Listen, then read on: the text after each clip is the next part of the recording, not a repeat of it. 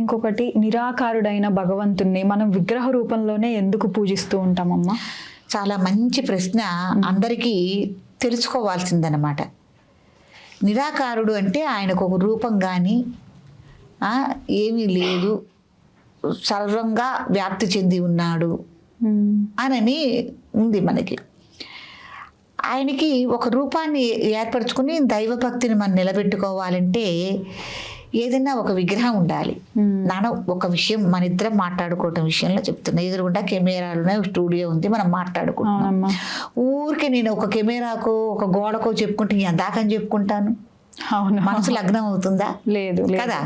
ఎదురు మనిషి ఉంటేనే, ఎదురుగా మీరు ఉండి మీకు నేను చెబుతూ ఉంటే అది కూడా మీరు శ్రద్ధగా వింటున్నట్టు నాకు కనిపిస్తే నేను శ్రద్ధగా నేను చెప్పగలను. అవును కదా. అట్లాగే మనం ఏదైనా భగవంతుడు పూజలు చేసుకున్నా, నోములు చేసుకున్నా, వ్రతాలు చేసుకున్నా అక్కడ ఎదురుగుండా ఏదైనా ఒక రూపం అనేది ఉండాలి, భగవత్ రూపం ఉండాలి.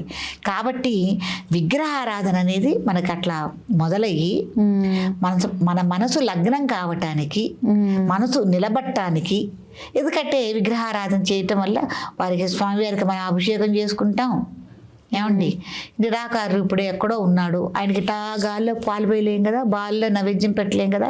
అది కాదు, మూర్తి మనకి ఎదురుగుండా ఉంటే ఆయన కాస్త అభిషేకం చేసుకుంటాం, పండు పాలు నైవేద్యం పెట్టుకుంటాం, నమస్కారం చేసుకుంటాం. మళ్ళీ అదొక ప్రశ్న అయిపోతుంది, దేవుడు ఎక్కడున్నాడు, ఇక్కడ నమస్కారం చేయాలి, ఇక్కడ నమస్కారం చేయాలి. ఒక దైవం రూపాన్నైనా ఫోటోనైనా నువ్వు ఎదురుగుండా పెట్టుకుంటే స్వామి ఇక్కడ ఉన్నాడు కాబట్టి నువ్వు ఇక్కడికి రాయే, నేను ఇక్కడ దండం పెట్టుకున్నానని చెప్పొచ్చు. కాబట్టి విగ్రహాలు కానీ ఫోటోలు కానీ ఏవైనా ఎందుకు కావాలి అంటే మన మనసు లగ్నం చేసుకోవటానికి, మన దృష్టి వారి మించి పక్కకి మరలకుండా ఉండటానికి.